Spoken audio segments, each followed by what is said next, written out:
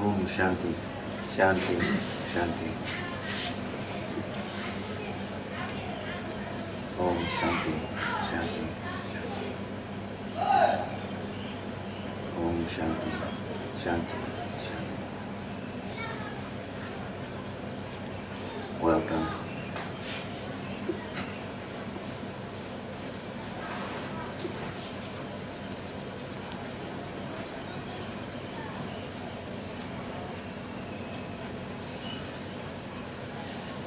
I see you again.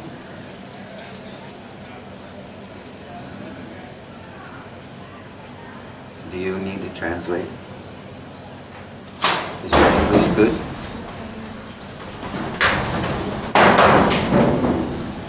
You don't need anyone to translate for you? No. Okay. You don't remember seeing me, but I remember seeing you.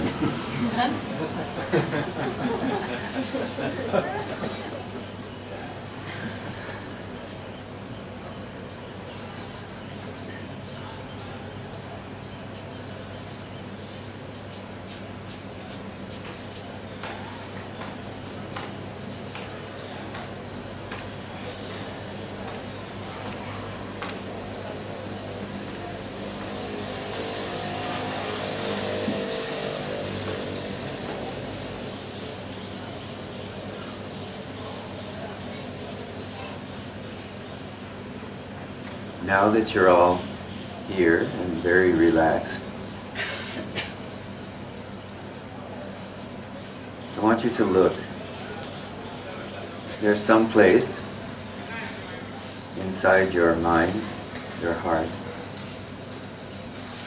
that is still a little bit closed,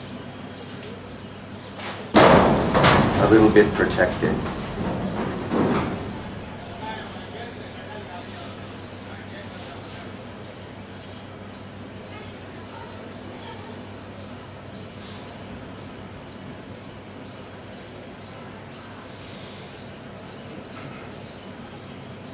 If you find something there, some sense of being guarded,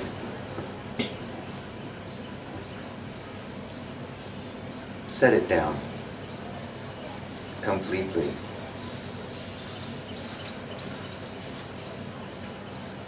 Let yourself be loved.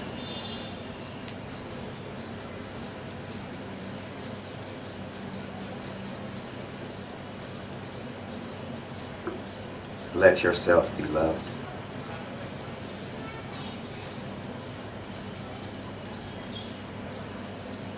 Many of you are very kind and very loving, and I feel this every day when we come to Satsang.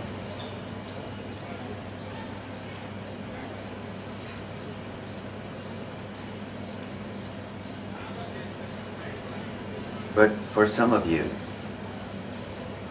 this loving quality, which is beautiful, that you cultivate every day,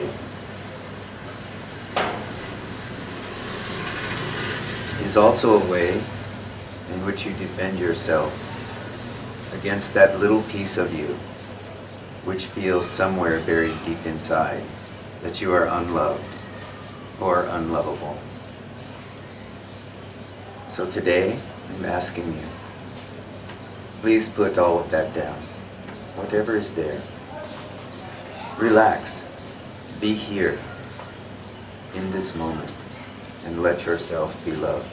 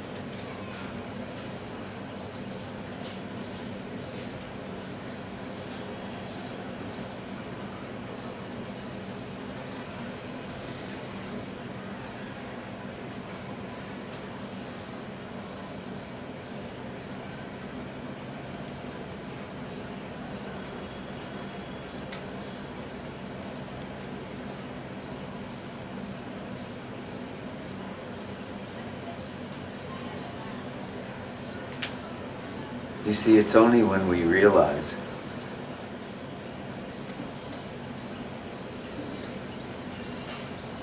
that we are love, that we're able to give true love.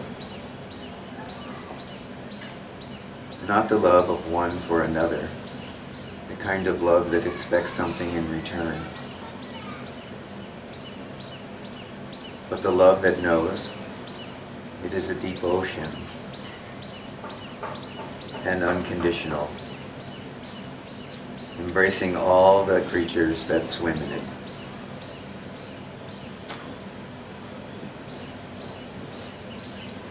This you are.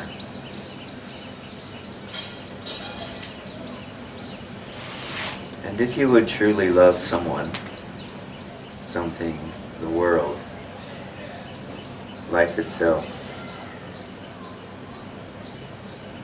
you have to check and see, is there somewhere in me that says, everything else about me I love, but not that.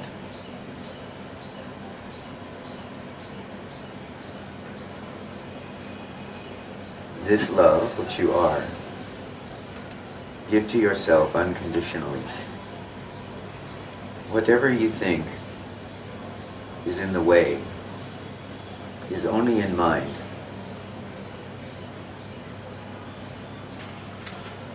And sometimes mind can be difficult. Love this also about yourself.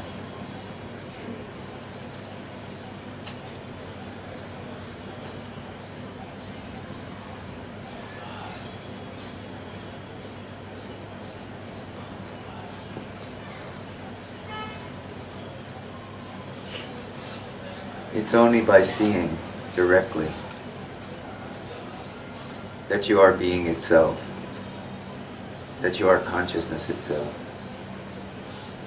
that you can really appreciate that all the love you feel is coming from deep within you. And it may be that someone, your guru, your partner, your child, your parent, your dog, makes it possible for you to feel that love.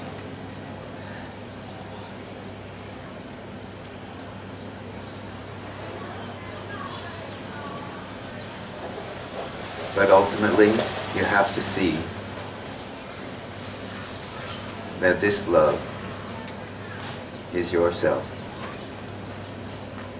beyond body, mind, and world. You are that which is here, that which is aware, that which is loving and being loved. It's very challenging for some of us for quite some time to feel the love that surrounds us, like the fish in the lake or the sea who is wandering about looking for the water. This is how it feels to us sometimes, doesn't it? Everyone keeps saying to us, you are that which is aware. You are here, you are now. You are love, and you are loved. But somehow, we feel as though it somehow bypasses us, or we understand it here, but we don't get it here.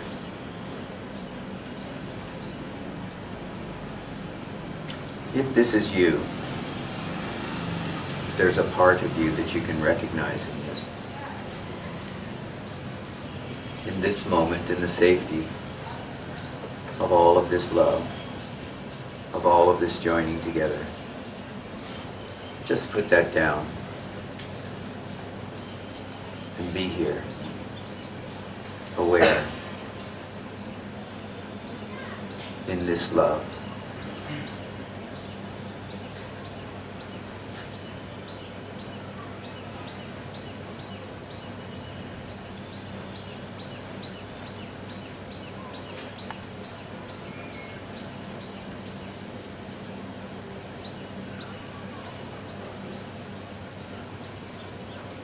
are so determined to love and to be loved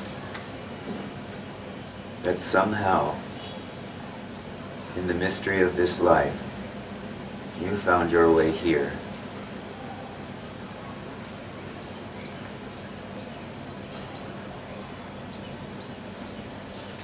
And you responded to the call, and you came.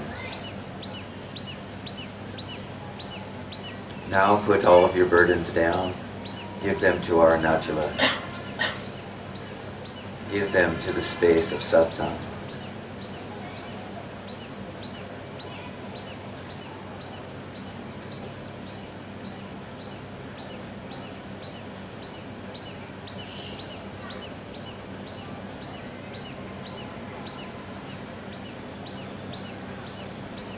There is really, in some way, nothing for you to do but to stop carrying whatever heavy load you brought here.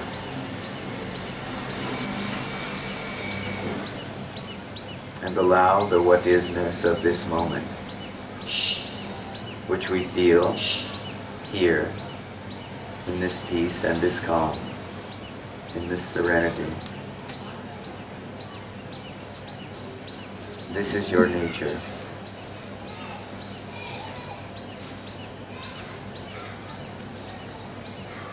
So for now, put down your doubt, put down your fear.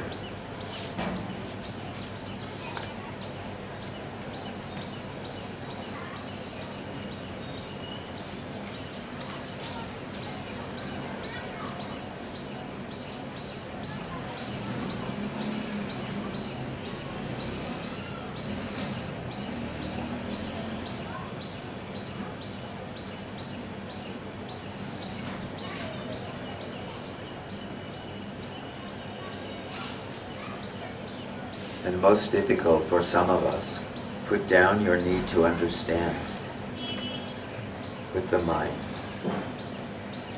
so that you can feel directly that in this space, as in all space, but for now, in this space, you are loved. Just as you are.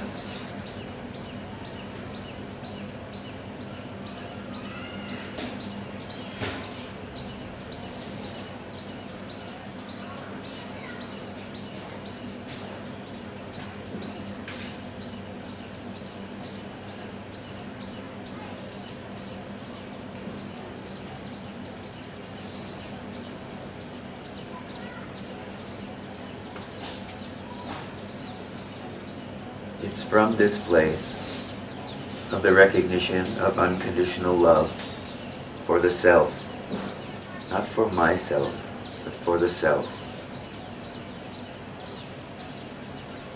that the world can benefit from your love.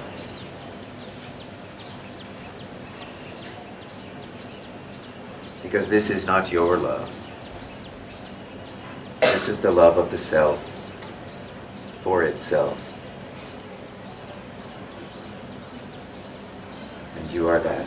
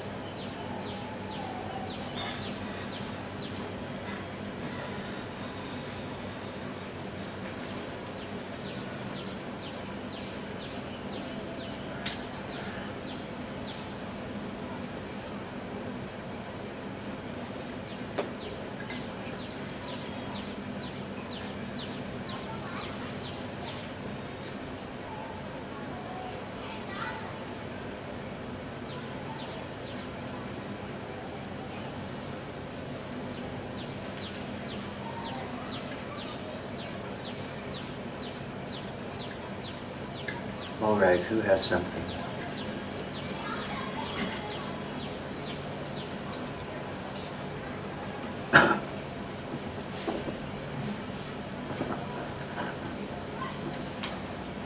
Hi, Rishi. I'm really most interested in and intrigued by the pulse of the I, the self, and I'm trying to find it. But what seems to be overriding it is the strong heartbeat and the coursing of the blood through the arteries, and I don't know what to look for, what it looks like. That's how enough. Frequently. No, that's enough. Because you're looking with the mind. Yes? You're looking for the I with the mind. But the very first thing that you're going to encounter is the body. So understand that the body can be the gateway if you can just simply relax and witness what is happening. So if there's the sense of the heart beating, this is fine. Why? Because where the I manifests, it's said, is here, right in the solar plexus. So this is in the same general area. So just allow the attention to rest there, to come to this place, just to rest there, and just to witness, observe.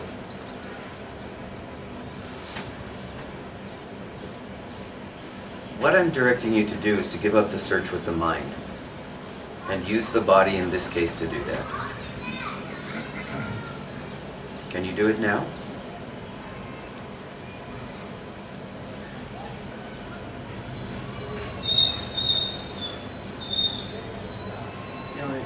The immediate thing I get is a sense of frustration. I'm looking for something concrete, something precise. Yes, and something interesting happens when you do that from here. What happens is that your body language, your body actually goes like this, and your eyes go this way. So this is an indicator that you're looking here. What's being pointed out is to look here. Can you do that? Come to the solar plexus with that same attention that you're searching the card file up here, or the computer file. Can you bring that same enthusiasm? Here.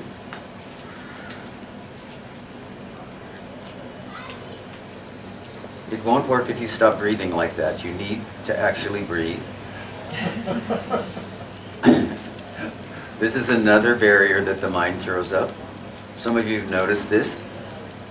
When you become very minded, very much in the head, very much in the search, not only is it difficult to find what you're looking for, not impossible, also the breathing stops. So the body is our ally in this. In the past, we've been thinking all along that there is some difficulty with this body. Having this body is some issue. Even in inquiry, right? Even in Advaita, where there's this constant recollection or remembrance that you are not the body. So in some way, it can be interpreted that the body is a problem.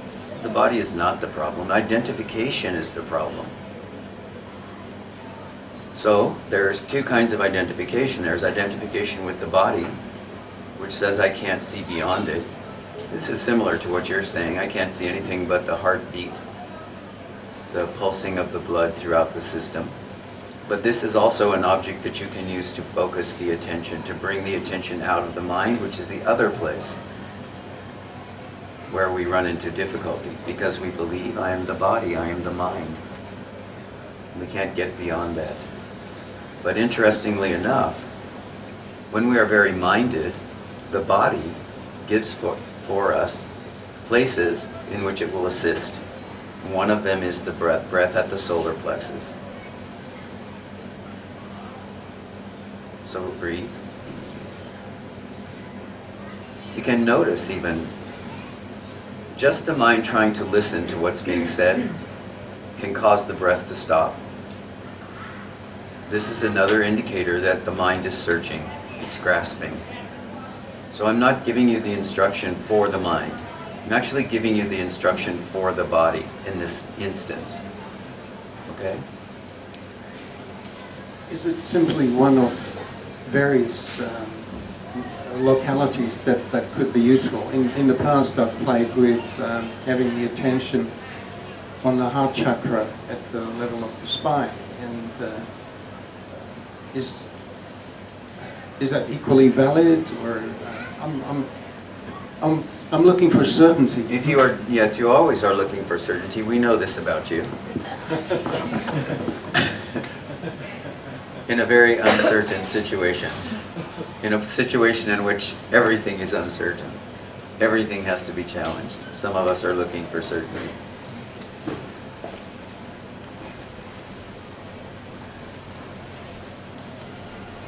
My recommendation is always toward simplicity. So when the mind, which is oriented toward diversity or complexity, says, yeah, if this is okay, then how about this, and how about that, and how about the other, and can I do this? This is an indication that the mind does not want to settle. That it's resisting that settling that I'm speaking about. So I would suggest you just pick this one spot. The reason is because Sri Bhagavan and other sages, Shankaracharya, have pointed out that 2 fingers to the right side of the body is where the heart of being can be most intuitive. Not the heart, but your attention is coming quite already to this area because you are feeling the beat of the heart, the physical heart. So now just move that attention, which is wanting to come anyway, just a little bit to the right, because it's said that this is where the flower, the lotus, the lily of being itself has its seat.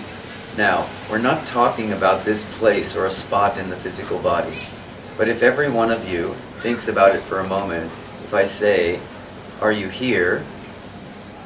Your answer is quite quickly yes. If I say, where are you here? Most of you will go like this. You will bring your hand to the heart, to the solar plexus. You say, yes, I'm here, pointing to the center of the body. So this is why this place is valid as a practice, is because there's a natural tendency when we look for the who am I, for attention, when it's looking for the I, it can look all throughout the body, it can look throughout all the objects of the mind, but it will most naturally settle in the center of the body as the place where the center of being is most naturally intuited. Okay? So I recommend this place. Whatever other practices you've done in the past, they've been helpful, they've been useful, very good.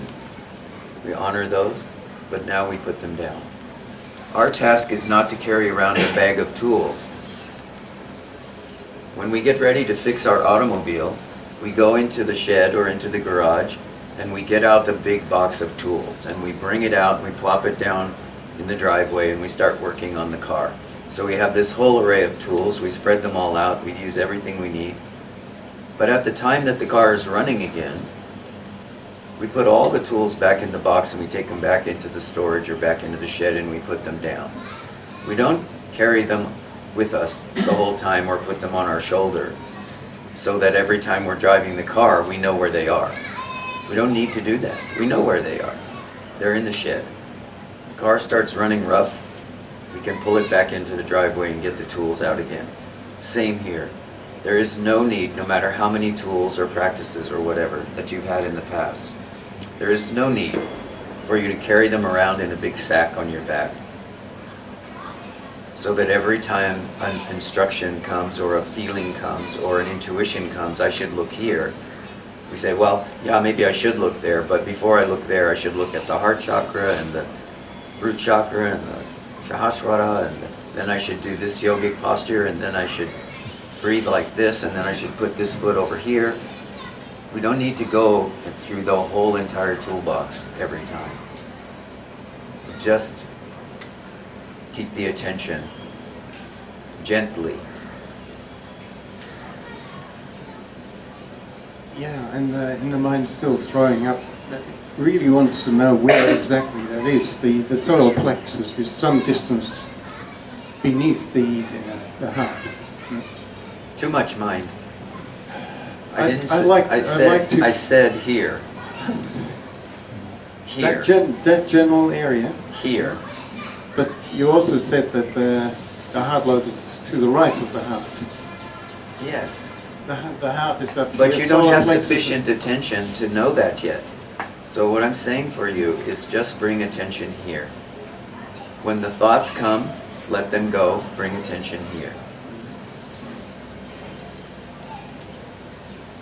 In the pulse, See what is I here. can't see the relationship between this and the pulse. You have not done the practice. Mm. You're asking the mind to answer the question that can't be answered except through looking. Mm. Not looking through mind, looking with awareness. Mm. I'll play with it.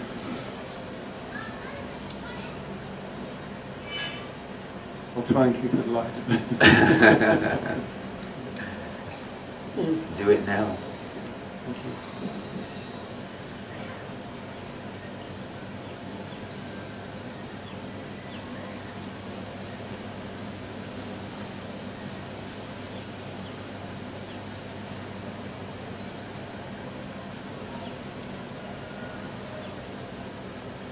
For you, it's very important that you increase the willingness to let mind go in some way, whatever that means to you. The biggest resistance, as we've had several conversations, that there is in your inquiry, is the resistance to put the mind and all of its knowledge, all of the books you've read, all of the teachers you've been to, all that you've understood and all that you've inquired about in the world as knowledge itself. This needs to be put down now. Now that which has brought you here is putting up a barrier for you. This is mine. So the way to keep letting go of mind is to bring attention, which goes naturally to mind, to all these objects, to all these things that you've practiced and studied and places you've been. This natural attention needs to be rested. This requires not a different effort from what you've done in the past to inquire through books and videos and teachers and so on. Same attention, different application. Now becomes necessary that you bring attention here, and in that attention, which is relaxed and open but nonetheless here, not scanning through the computer files, this attention will cause the mind and help the mind and assist the mind to settle down.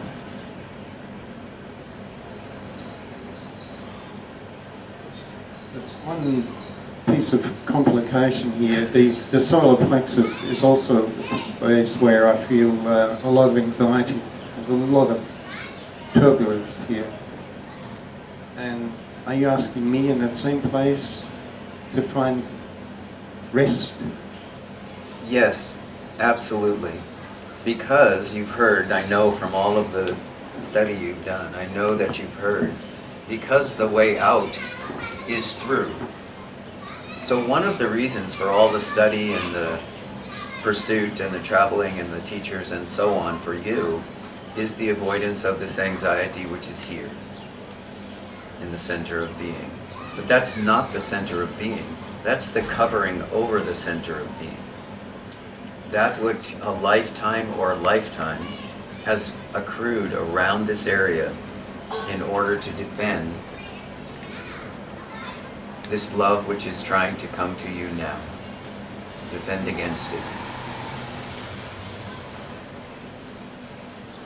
It's time to put it down. So, another piece for you is faith. That on the other side of this defensive wall that you've built around the heart of being is being itself.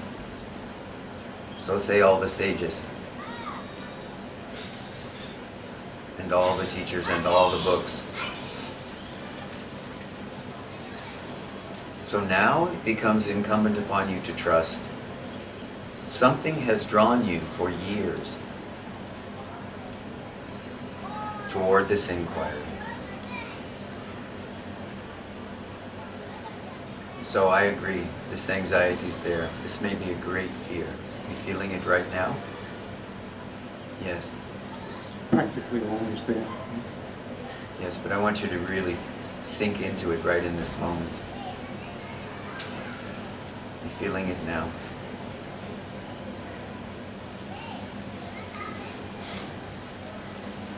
And what happens when you just rest there with this anxiety? First of all, you stop breathing, so breathe. This is a wonderful helper for you. Because if you bring attention to this area and you feel this anxiety, then the next step is to breathe. The breath of the body will relax the mental anxiety. You may not do it with one breath, but if you keep being there, is it relaxing somewhat? Yes. And it shows in the outskirts of your body too, the outer parts of your body. Your shoulders drop just a smidge. You sit a tiny bit less straight. This is because this relaxation can spread from this area now.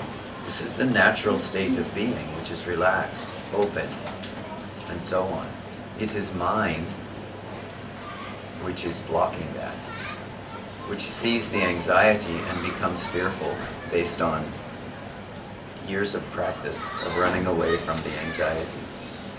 So all of you know that for some time, you may have to, when you begin to undertake the inquiry like this, there may be a period of time when you just have to stand in the difficulty that you're experiencing. The benefit of this is you begin to realize that there is a natural strength in you.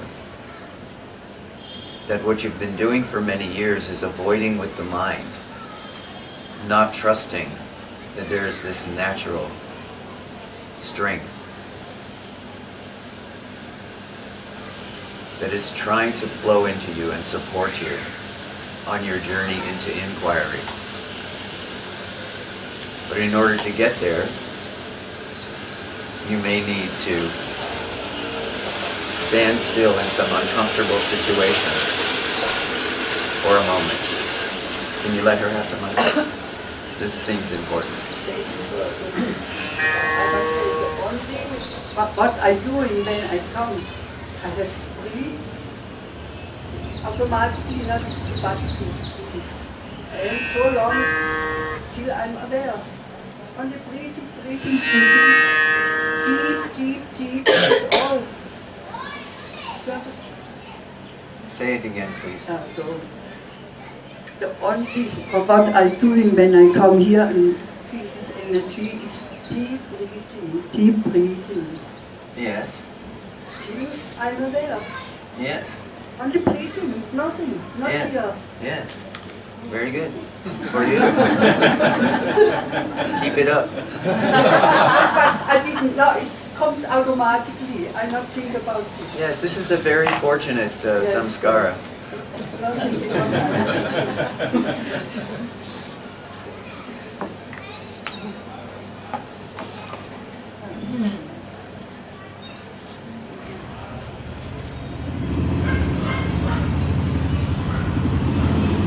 So some of you may wonder why I said this is a very fortunate samskara, which is not really associated with things that are positive, but she's describing a very positive experience, and that's because, you see, there's nothing here, so whatever we are experiencing is always what eventually we're going to have to put down. It's always a tendency, so some of us have tendencies coming from years of practice or from lifetimes of practice that in this lifetime are very beneficial. This is what enabled Sri Ramana at the age of 15 or 16 to instantly wake up. So I'm using this term in a very positive sense as well, just so that you begin to understand that what's guiding you on is the self. And this will also take the form of some samskara. Whether for one it's anxiety, Or another, it's a natural deep breathing that takes her into mindlessness, not mindfulness, mindlessness. These are still tendencies, and at some point, as Sri Ramana has said, you will need to drop that as well, because there is an inherent clinging that happens to samskaras which are very pleasurable. So, when we feel a samskara like this, which comes and we feel this great deal of pleasure in it, we feel a great deal of release from it, we feel the mind drop away, and we come into this bliss state as a consequence of it, there is this tendency to think, oh, great, I'm finished. What we're not noticing is that some more subtle, if you will, more subtle identification has begun to happen. And this happens for everyone who undertakes the inquiry. So it's not a problem, it's just to recognize that whether the samskara you're coping with at this moment or dealing with at this moment is anxiety, fear, or it's pleasure and bliss, the question, who am I, still needs to be directed toward that manifestation in order that you are able to recognize that you are the self, and that any quality you can subscribe to the body, mind, world, or experience is not about the self. It's just an experience.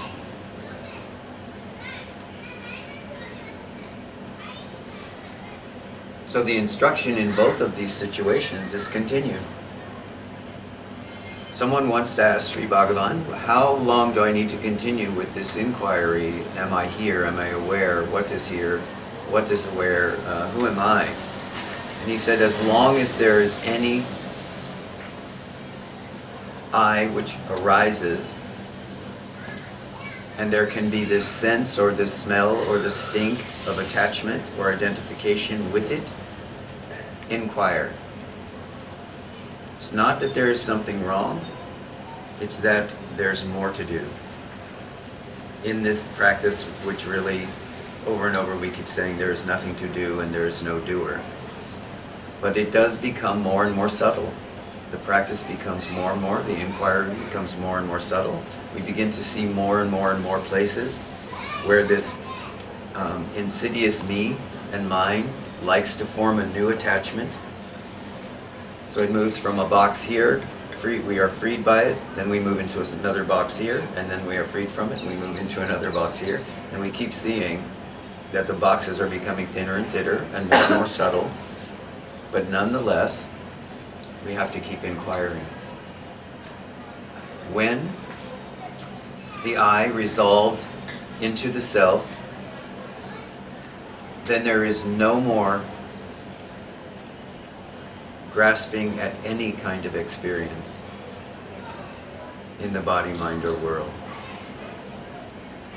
I just resolves itself into the self. Now there is no more interest in any experience. And yet, somehow, the body-mind goes on. So whatever experience you are having, make it your ally. Yes. So when you have a samskara like this beautiful one, then yes, very much continue, that's your ally. If you have a samskara like this, which is around this anxiety and this difficulty, part of what you can do for yourself and for the mind is to begin to see that what you are resisting, pushing against, not wanting, this is the place where you must stand.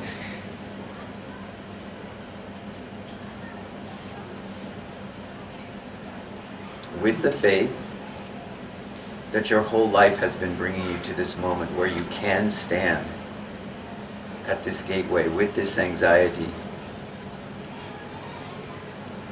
and just watch. The reason this is important is because as you're watching, and the breath is regulating, going in and out in a natural way, the anxiety begins to dissolve. It may dissolve completely in a moment, just like that. But if it's a long-held anxiety, as you've indicated, that's been there throughout your whole life, understand that this, not you, this tendency, this samskara, has a certain momentum. So your task is to not be disturbed, to be non-reactive, to recognize this is the samskara. This is the tendency which I've been dealing with my whole life. Now, I want to make this samskara my friend. In the Tibetan, they say, invite the demon to sit on your knee and put your arm around it. So now this question can be some form of the inquiry for you. How can this samskara be my ally? Show me the way. You're just asking this. You're not looking for it with a mental looking. You're saying with trust into your own inquiry, how is this now my ally? Show me.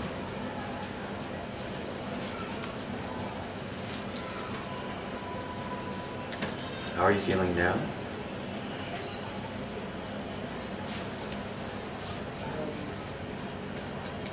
I'm feeling calmer now.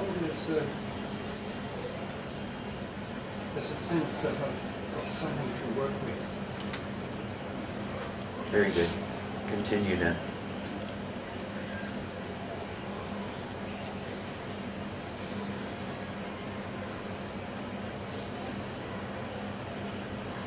Yes, there's a sense of hope now. Okay, now, Yes. yes. So now just keep standing here, yes. With that sense of hope, if you call it, I might call it faith, that your search is bearing fruit for you in some way with this instruction. So, yes, stand here naturally, stilly in this, and just observe what's happening. Even when the mind tries to make up some story about it, it's unnecessary. Just keep coming back.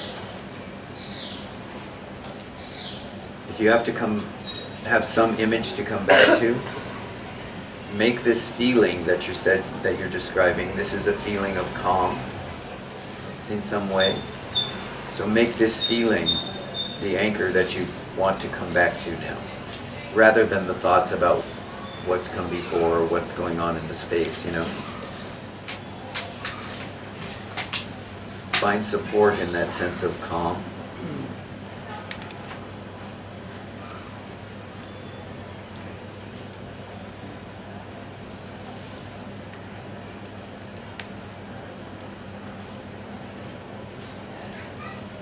Who has the mic? Can we pass the mic? Oh, there. Okay. You have a question? Yeah, I've ended up with two questions now. The original question was from before was, there seems to be, in my own experience, like a paradox there with, because I had a realization that, I mean, this was kind of spontaneous, that I couldn't find myself. I didn't know. I couldn't put myself in any location, you know. So Yes. and then kind of saying, you know, focusing, like when we think about the mind, we always go here. When we think about the mind, we always kind of put it. I know it's not that. You know, maybe it's a symbol, it's a symbolic, and the heart here. So that's kind of localizing something that really I couldn't find. And this was before I kind of really was on a self-inquiry. It just like spontaneous, through the practice that I've been doing for a while, arose that I realised I wasn't really anywhere. No, I'm not. Yes. Yes. And Absolutely. then I suppose it's just for the purposes of focus. You kind of put a localization on it. It seems paradoxical. It's only paradoxical if you've had the experience you're talking about, right, of non-localized self, right? You know what I mean? Non-localized self. And Then you come somewhere like this and you hear an instruction to him that says, look in this spot. This can seem paradoxical. Instruction is not for you. It's just like, you just using it as like a portal or Yes, for someone who's in a different place who has not had this experience of non-localized self. That was my original question. Just a little confusion when we were talking about samskara and the anxiety. It seems to be the samskara, but peace and the calm, I can't really. I don't understand how that can be a samskara, because it seems like our natural state, you know. Well, samskara, understand what I said. I said that samskara is just a tendency.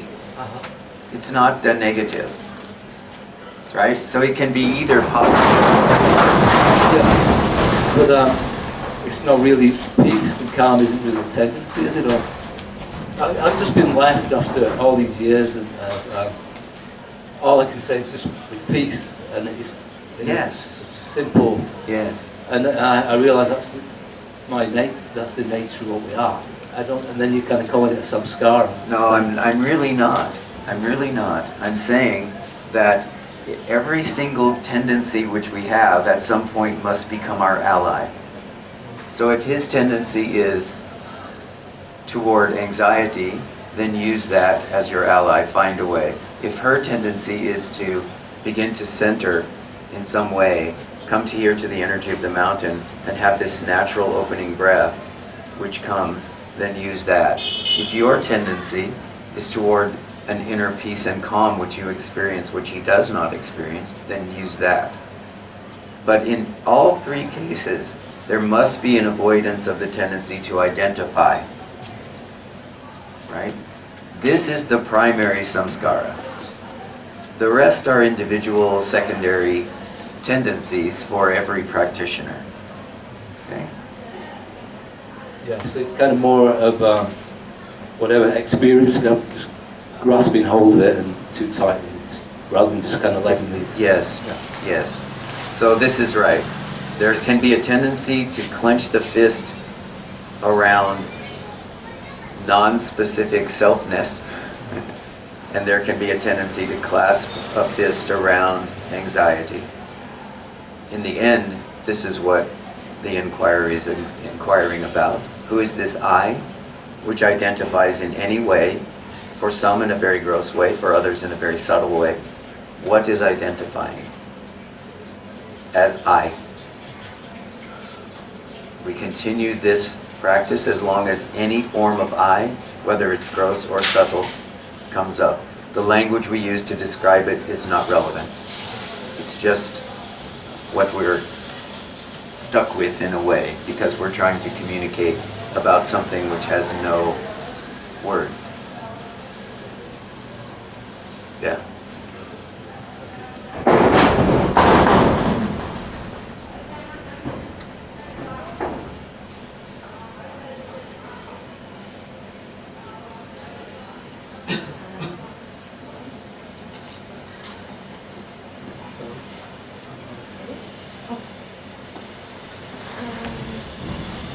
You said go into the heart.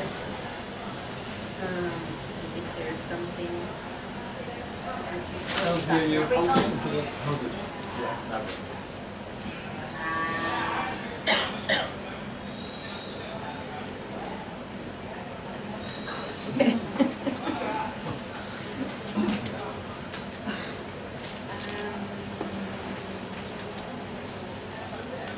Yeah, and if there's still something which is not open or whatever. So there was something, so I went to it, and there was a lot of sadness.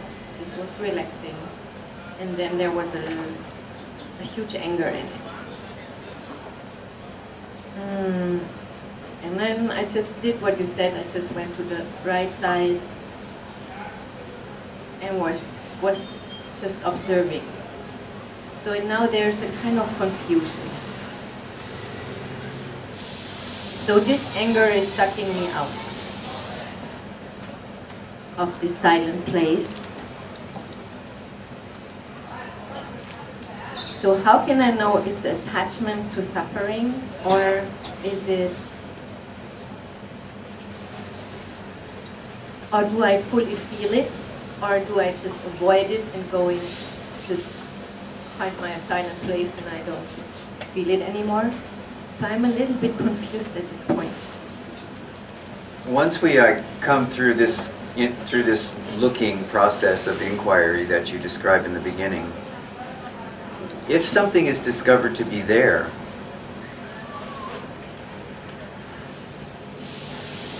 what I recommend is that you stand in it. And so what I mean by that is not that you do something with it, but that you are just there with it. This is putting the demon on the knee and just waiting for it to self-dissolve, because it will. Understand the reason that it's there, that it seems to be hidden from you, unless I say, oh look, is because there has been an avoidance of it going on for some period of time. If there hadn't been an avoidance of it, it would have lifted itself up, the energy would have dissolved, and it would have left.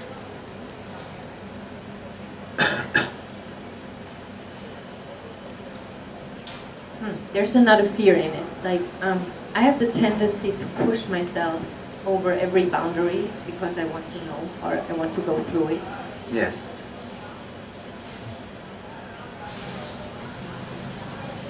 So there's still this point of,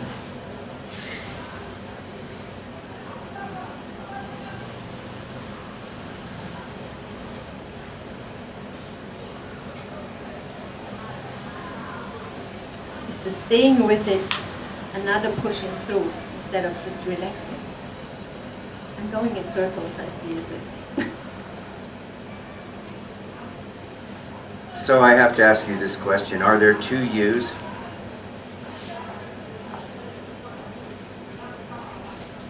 Is there the one you that is avoiding something, and the one you that's pushing into something, and the one you that's... Are there all these separate yous that you see there? In systemic therapy, there are lots. Yeah. Yeah, but that's not what we're doing here. Yes, in therapy there are a lot.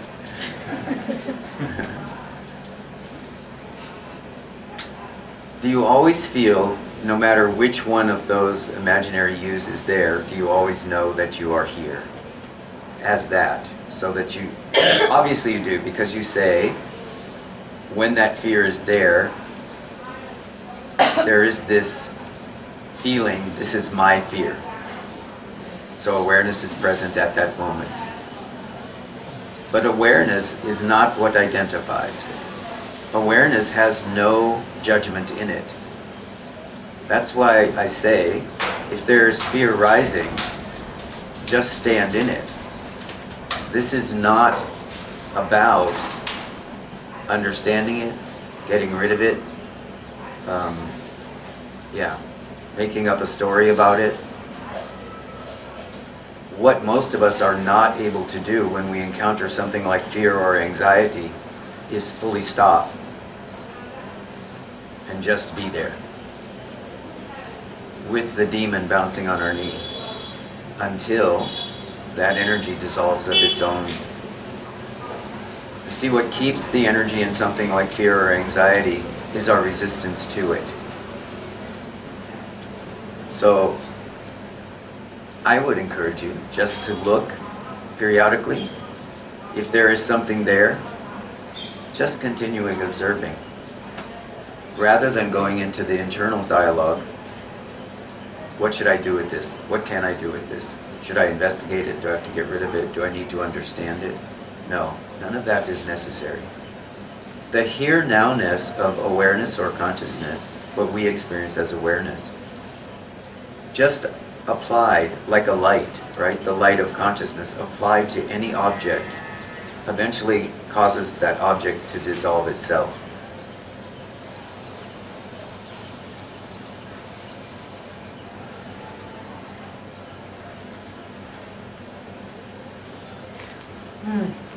I can feel right now when you say stand in it, it's like the standing on the right side and just observing and seeing what is coming up. And stand in it is this completely identification of just jump into the feeling, right? Is complete what? A complete identification and just jump into the feeling. No, it's not at all. Yeah. I could see that this Yeah. is my Yeah, that's what you're tending My to do. feeling. Yeah, to jump into the feeling. Yeah, you're right about that. To jump into the feeling is a complete identification with it. But the inquiry is about cultivating the kind of stability and the kind of observation that it takes to just observe it, watch it, let it change, let it morph, not do anything with it, not identify with it in particular, but just to let it happen. There can be the acknowledgement, this is fear. But then the question naturally comes, if the thought comes, this is fear, who's having this thought? Who is this one that is identifying this as fear? Because intuitionally we know there's nothing here. We just know that. We know that fear dissolves into nothing. In other words, if it didn't, fear would come, and for the rest of our experience we would be in fear. But that's not what happens. Experience tells us that even when fear comes, anxiety comes, and so on, that it has a natural point of resolution one way or another. It dissolves into something, goes away, doesn't plague us in every moment of every day. It has a natural way of going. So now, in the past, what we may have done is we may have found some way that worked for us temporarily to push it away. So we may take a drink, do some drugs, start a new relationship. We find some way to look away from the fear or look away from the anxiety. We may then take up some kind of spiritual practice which takes us away from the fear or away from the anxiety. But what the inquiry is about standing still and looking at it and feeling the strength of this presence which we are, which is before the anxiety, before the fear. And over time coming to realize that by just standing still as this recognition that I am here, that awareness is here, and awareness is now aware of fear, and so on. The fear has a natural tendency to dissolve on its own. And when this happens, there's a greater probability that the fear won't rise again, or it won't be operating in a suppressed way from somewhere very deep within the being. Yes.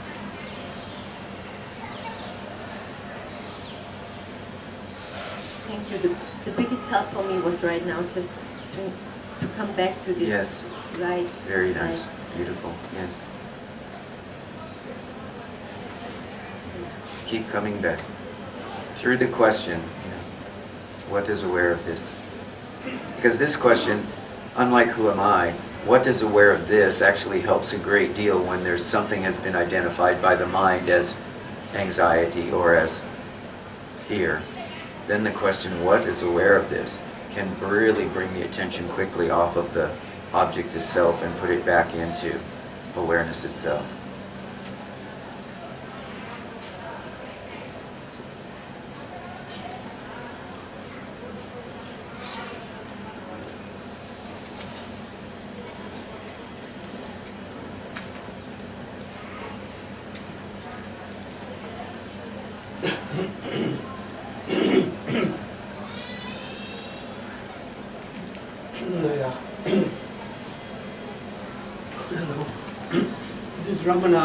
Did Ramana ever say something specific about the experience that he had, that's nowadays labeled, he had the experience that he was going to die? Did he say anything? About this experience?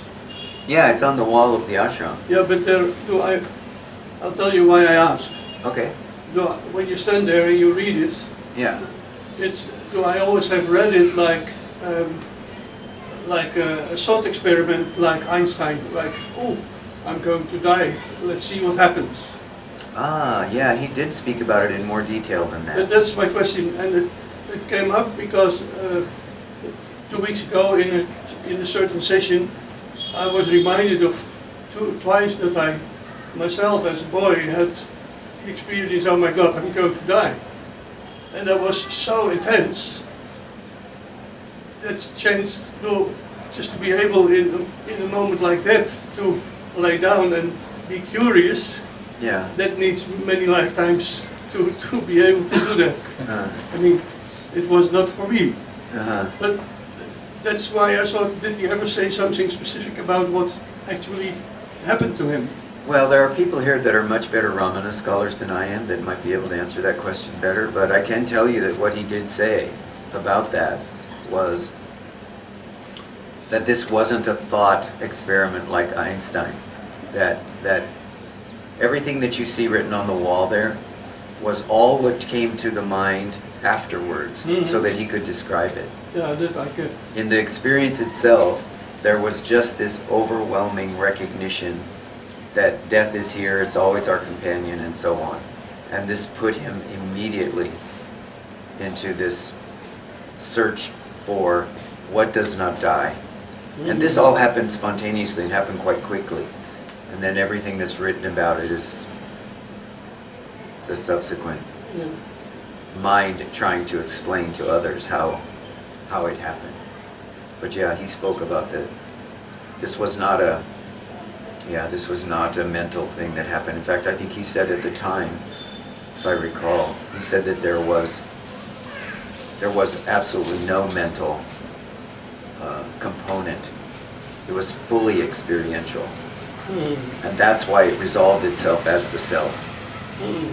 Because to resolve as the self is to resolve beyond the mind. Is that helpful? Thank you.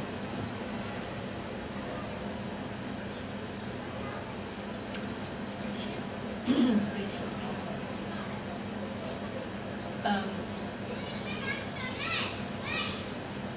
In this case, when the eye looks for the eye, or sorry, You have to talk closer. No, just put it a little closer. Stupidly close. closer. Yeah, a little closer. When the eye looks for the eye, or awareness looks for awareness itself, or attention looks for attention itself. In this case, it feels like stillness is need, Stillness is, a need. I need to be still for that. When action is there, yeah. it sometimes it's very difficult. Yeah, so yes, in that regard, yeah, if you are engaged in that, she said that when, did you all hear that over here? No. Yeah, she said that when the eye turns toward the eye, or attention turns toward attention, or awareness turns toward awareness, however you want to say that, that there seems to be this necessity for stillness of the body, keeping the body still, keeping, some seclusion may be necessary, that when there is activity going on. At the same time, I see that there's a contradiction because this is always there, Yes, right? yes. So the answer to you is both yes and no, that it can be helpful. So this is why we come to satsang, this is why we go to a cushion in the morning or the evening. That's why I was addicted to satsang for my life. Yes, that's why I was addicted to satsang for all my life. So whatever method we use to obtain that stillness, understand that's not me. That actually is the beloved calling us home and saying, I want you to keep coming into this situation because it's in this situation there is the possibility that this grace can flower. It's the natural tendency for everyone who is seriously interested in it. And yet there are examples in all of the traditions about people who are awakened in the midst of ordinary life and in the middle of ordinary activity. So again, it's not about methodology or saying that this is the way for everybody. It's about what is identified with. If there is no identification, then stillness and activity has no meaning. They're just what they are. We wonder, I wonder if this is in a whole habit. The way I used to read Yes. in other times, because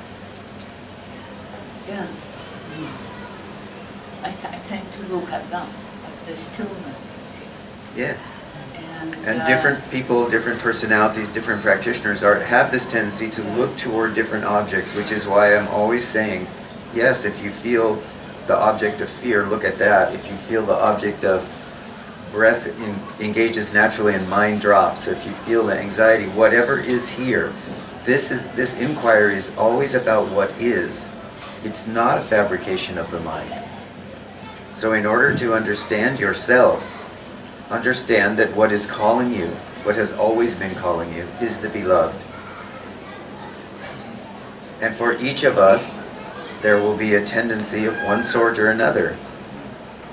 A tendency toward bliss, a tendency toward silence, a tendency toward love, a tendency toward anxiety, a tendency toward disassociation, a tendency toward the world, a tendency away from the world. All of these tendencies. that it makes a condition. Yes. And Yes, until they contribute to conditioning until we realize that what has appeared to be the tendency toward a particular conditioning has now become our ally. And this is why I don't indicate to people to push something away, to resist something. I say stand in it. Because it's through standing in whatever you have going on in your what isness of this moment that you have the possibility of seeing what is the ally nature of whatever I have considered an enemy up to this point. Everything that I have tried to get rid of, and the effort to get rid of it, has been what has driven me toward my experience coming to inquiry. So now, how can you say you didn't need that, you didn't want it, it wasn't valuable, it was not your ally, it was your enemy? No, this is not true. It has brought you here. Whatever it is, as difficult as it has been for you, it has brought you here.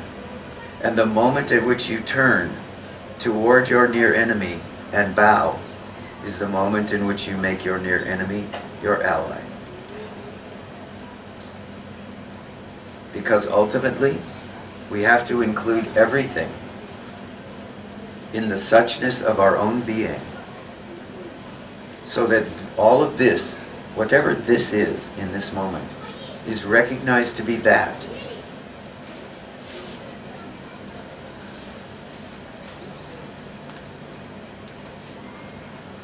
And it was always so. This is what can come from recognizing that the near enemy has now become my ally. Simply by asking the question, how can I use this?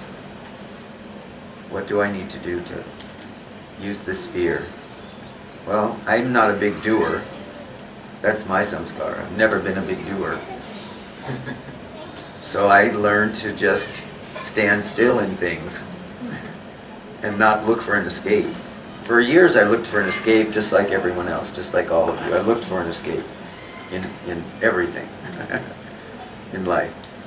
But then it became clear to me that the only time any peace came was when there wasn't a desire to escape. So I began to look and say, what can be done with this? How is this the ally?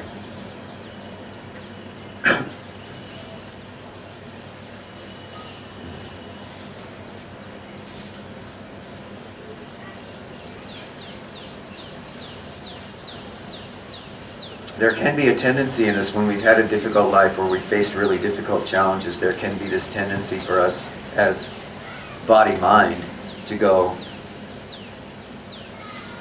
why did this happen to me? But what we're looking for in asking that question is some sense of sympathy or some sense of understanding how we can avoid it in the future. The question, why did this happen to me, when it's applied from the position of inquiry, is an entirely different question. Now it becomes, yes, this was difficult, how may I use it? How can I apply this to understanding not why did this terrible thing happen, but who am I? What did I learn about the limitations of experiencing myself as a body-mind? And how can I use this experience, as challenging or difficult as it was, to free myself in this moment? Because most of us don't want that freedom. Most of us carry that experience around for an entire lifetime, and we sort of live out of that experience. But the question is, how can I use this, freeze that all up, frees up all the energy around it, brings us into the direct perception that we have always been a fish in water, not a fish looking for water. And that this love, this consciousness, this awareness which we are eternally. It has always been here. It is unborn and undying. And it is manifesting as all of this.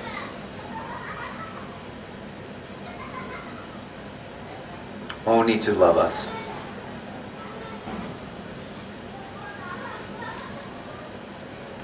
Only so that in some way it can love itself.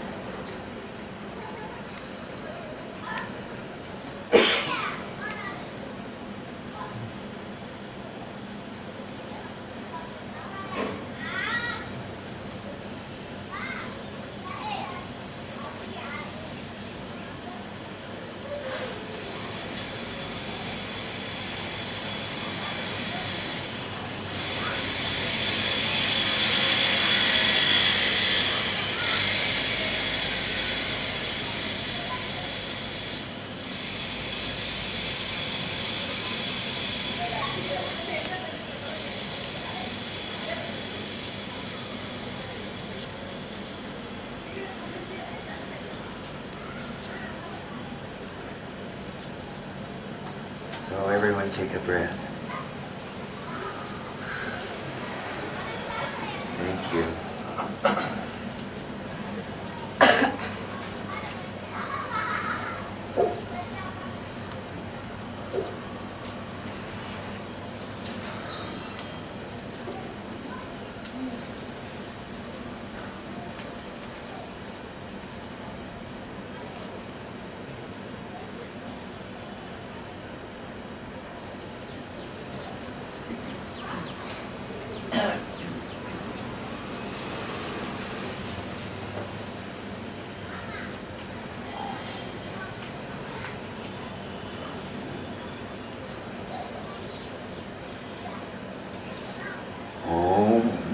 Trayambakam yajamahe sugandhim pushtivardhanam urvavukamiva vandhanam mrityormukshiyamamritava swaha bhuva bhu om sat jung ham om.